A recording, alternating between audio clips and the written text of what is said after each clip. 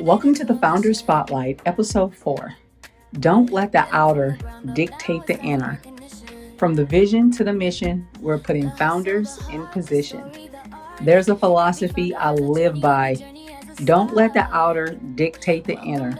And yeah, that might sound cute and it's easier said than done, but I say it out of love because it's something that I lived. It's not something that I'm just speaking on. There were times in my life when the outside didn't look nothing like the inside and what I imagined and what I envisioned for my life. I went through a difficult divorce. I had health challenges. Literally, like if you would have seen me during that period of time, you would have looked at me like I was crazy. I was going through a lot. It was very, very difficult. There were times I was in Rock Hill, South Carolina, living and sleeping in my car. And there were times I tried to move. When I first came to Charleston, I was like, I'm going to give it the best that I can give it. I was working out on the road with a merchandising team and I was doing merchandising, but I ended up getting pregnant and all of that was kind of like cut. So I had to figure out like, what am I going to do next? And if I'm not working, they're not paying for my housing. They're not paying for my transportation. When I took that opportunity, I took what I had, and all I had at that time was my Android phone. Not even the best phone.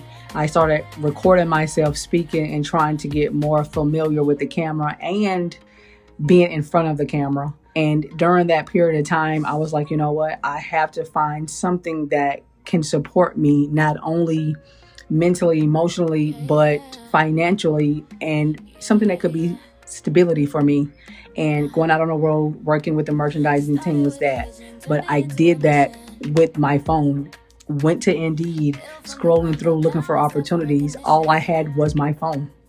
So when I say don't let the outer dictate the inner, just because your outer circumstances is the worst of the worst. I was sleeping in my freaking car before I started working out on the road. And then when I was working out on the road, I got pregnant during that time. I was stuck in Charleston. That was my last job working out on the road. I was big and pregnant, 7 months pregnant, ended up getting fired from the job. And they were paying for my housing. I had nothing. I slept in the woods for like a week and a half with myself and my oldest son and being pregnant. I had to figure some things out. So I ended up coming across another opportunity. But once again, that was just with my Android, regular old phone, not an iPhone. Sometimes you have to use what you have to get to where you're going to go next. And if all you have is you and your phone, if you have breath in your body, that's enough for you not to let the outer dictate the inner, because if you can imagine it, you can bring it to life. And that was something that I had to learn with myself and for myself. I didn't want me being homeless, me going through health issues, me going through a rough, petty ass divorce to be that my identity was like, dang, she feel hard. She's just going to stay there. I refuse to stay there. I said, that's not going to be my life. So I had to learn not to separate who I was from my desires. The desires come from us. And if they come from us, that means we have to learn to become the person capable of bringing those desires to reality. Until we learn how to take what we have here in our minds and bring it to life, or even being able to become the person that can hold those things. Because sometimes it's not that we can't physically bring it to life, it's we can't hold on to it once we get it.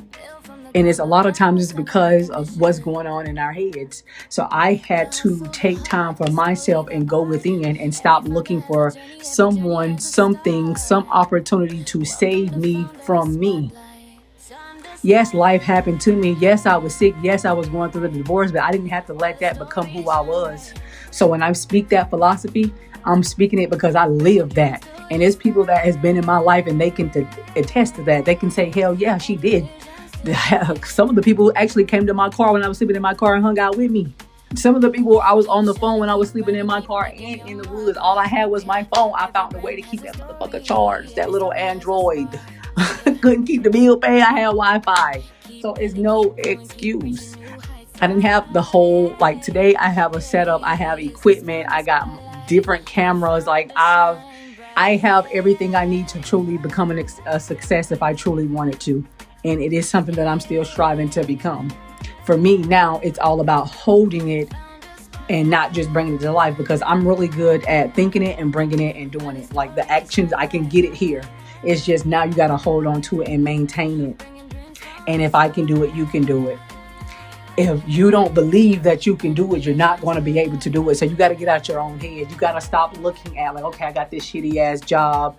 I'm in this shitty ass place. You walk out your front door and all you see is the worst of the worst type of environments. You see a liquor store on every freaking corner.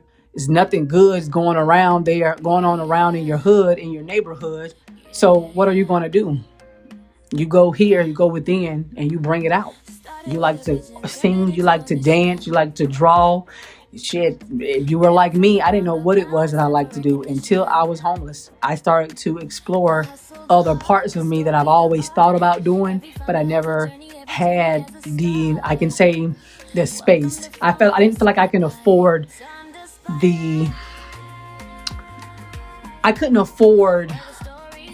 and I didn't have the right to worry about what I wanted to do. I had to worry about what I needed.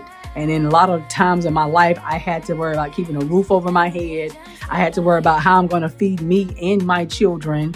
How am I going to sustain? I didn't have the right, and I didn't have the luxury to think about my creativity until I was put in a place where I had nothing else but my creativity. My creativity is what kept me alive. Me tapping into art, poetry, music, podcasting, even creating content saved my life. And people think that's a joke, but that's not a joke. I really could have been out of here. I was literally in that space where I had nothing else but that. So I said, you know what? I'm going to try it out. I'm going to see if I'm good at it. I always was writing. I was going to see if I can actually write, a hit. Let me see if I can write a song. Let me see if I started writing. And it became more of a spoken word, more poetry than songwriting. And then it became like, oh shit, you're good at coming up with hooks. You're good at coming up with little jingles. So I created, my little jingle service. So it was a lot of things that came to life. Artwork, like I'm not the best. Like I can't sit down and draw, but I can do a little sketching. And with the help of AI, thank God, people don't like it, but it has been helping me in making my life just that much better and easier. But with my sketches and what I've sketched on my notebook paper, I scan that into my scanner and load that to my computer, and I put that into AI, and it just turns it into it brings it to life. So my art, my poetry, my spoken word, the jingles, strategizing, creativity saved me. Me learning that what's on the outside does not dictate my life and who I am. That's not my identity. I don't give a damn what's going on. If the outer is not matching the inner, I'm going to find a way to make those align. But you have to have the faith, and you have to know that you can do it. And if you look at your outer circumstances and say, hey, shit, it's my shitty ass life. I'm going to this same shitty ass job and around these same shitty ass people. And you just take it and leave it at that. You can't. You'll never make a change. You'll never be the change you want to see. We all complaining about how the world is and how people are. But if we have the opportunity to step in that place and to fill that gap and make it better, why not make it better? Right? So once again, creativity saved my life. When I had nothing else but me, this philosophy became something in my life where it wasn't just words I was speaking. I lived it. A lot of people talk about it, but I've walked it. Don't let the outer dictate the inner. Let the person you're becoming dictate what you do next. You think from the end. You want that car. You think, what would I be doing if I already had that car? And you act like if you already had that car. You got to go outside and imagine yourself getting in your goddamn car. There ain't even no car in your goddamn parking lot. You ain't no car out there, but you gonna pretend like it is. If you can pretend it, you can be it. And let motherfuckers think you crazy and weird. It is what it is. Keep shining, keep grinding, keep making your mark. Every brain has a story. Every story has a spark. The hustle, the heart, the story, the art. Every founder.